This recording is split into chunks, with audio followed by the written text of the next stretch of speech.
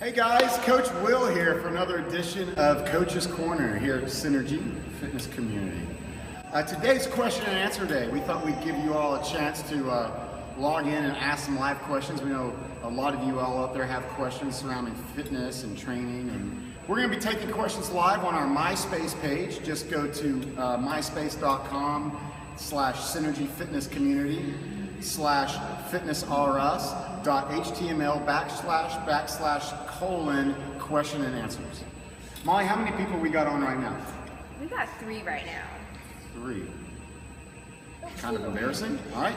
I thought we were going to advertise this. Get out there. All right. Well, let's just go with it, I guess, and we're just going to move right along. All right. Give me what you got. Hit me with it. All right, we've got at Destiny's Child 54 from Sandy Springs, Georgia asks, "What's your Fran time?" Are you kidding me? Next question. All right. We've got the Real Queen Bee from Atlanta. Do squats make her butt look big? Do squats make her butt look big? Interesting question. I don't know who her is, but if you're interested in our gym, do you want your butt to look big? Let me answer that question with a question.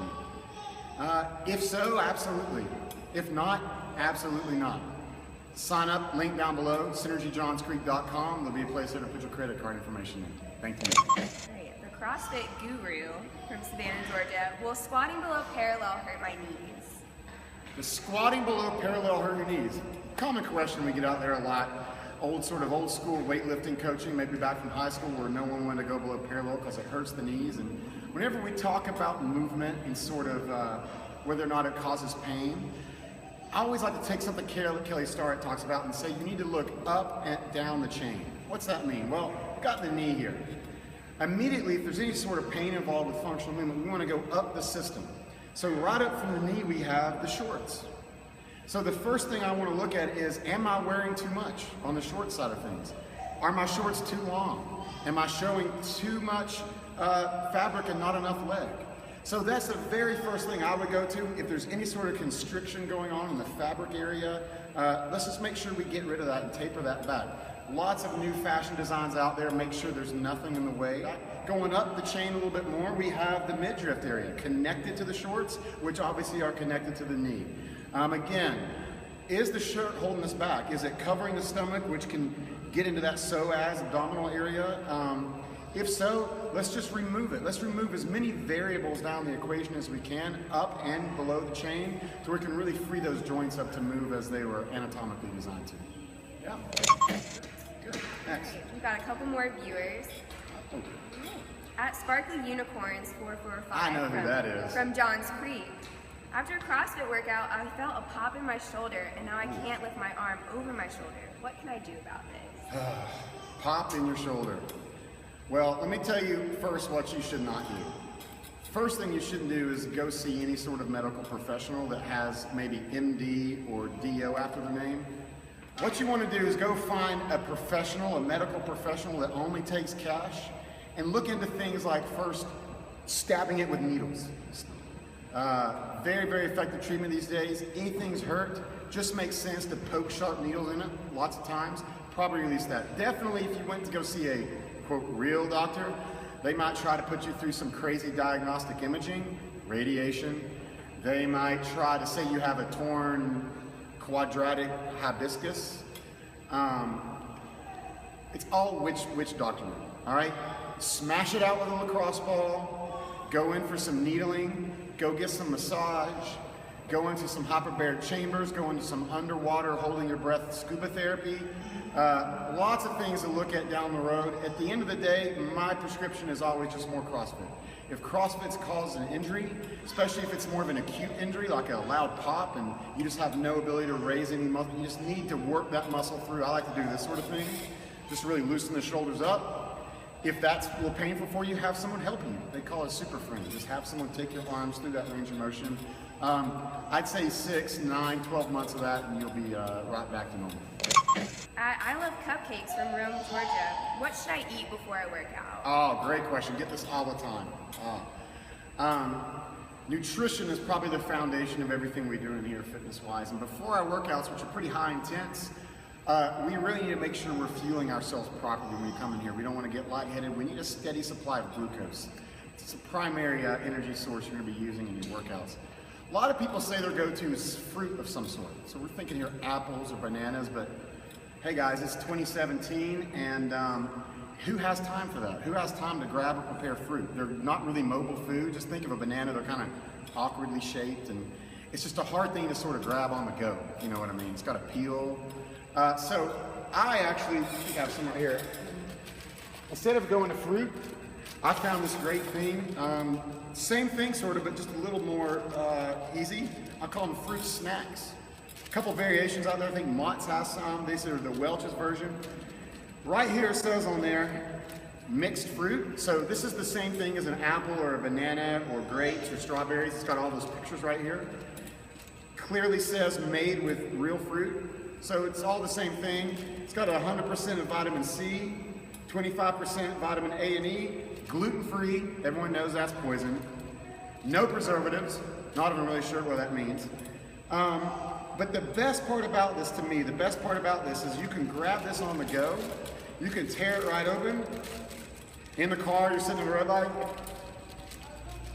right in the mouth, chew them up. I've had according to this, I've had a banana, some strawberries, a papaya, I don't know. They're delicious, and who doesn't like supporting America's small business right now? Right here in the title, family farmer owned. Beautiful. Fuels me up before my workouts. It's fat-free. We don't want to be fat, obviously, so fat-free. Great go-to thing. I recommend fruit snacks. Okay? Nice, thanks, Molly. All right, balls to the wall from Alpharetta. I just wasn't feeling it today. Should I even put my score in Wodify? Oh, great question. So Wodify is a system we use here at the gym to sort of track progress and enter our scores. A lot of your gyms out there may have that or a similar software system. First question is yes, you should put your score in Wodify. It's important. But I feel like a lot of people are underusing the whole system. If you look under the score system, there's a little field called comments. I think most people are under the impression that you use this section to maybe put in some notes of what weight you did or maybe some movements that you struggle with. So perhaps in the future you can go back and reference those. Absolutely not. What the comment section should be used for is to put a note in there in a passive-aggressive way about why your score isn't as good as it should have been. Maybe why you didn't beat the person ahead of you. So let me give you an example. Let's say your buddy came in and you all were doing the same workout and he finished that workout 2 minutes faster than you did. Sorry, my pre-workout fuel is getting stuck in my teeth. You know you're a better athlete than him. You know you outworked him, but somehow, by some miracle from God up above, he beat you. What I want you to do is log in, put your score in, and then go to the notes section. And I want you to put something in there that might seem at first like an excuse, but it's not. It's a justification. One example might be, had to poop. Just write in there, had to poop. Now, nobody knows if you actually stopped the workout and actually went to go poop. But the assumption is for people that see that later is that you did. That you maybe spent 4 or 5 or 6 minutes in the middle of your workout in the bathroom taking a poop, and that's why your time wasn't as fast as it could have been. Little do they know, no, your time was just slower. That's what the field is there for, and I would love to see it be used more effectively. So time, yes, put it in there, but then go ahead and put that reason at the bottom. Yep, next. All right, one more question from Cash Me Outside 23 from DeKalb County. DeKalb County. How can I take my friendly competition to the next level? I see. So this is sort of another leaderboard question about how we can get better than each other. I think the real answer here is scaling properly. We talked about this in one of our previous videos. We go all the time about scaling weight and talk all the time about that. We talk about scaling movements. But the one thing I never see people use effectively is scaling the repetitions. So let's say that you're here with your buddy and the workout calls for 10 repetitions of a certain movement. But for you, 8 repetitions is about the same as 10 repetitions for him. It evens the playing field. It doesn't really mean that you need to do 10 repetitions. It means that he needs to do 10 repetitions.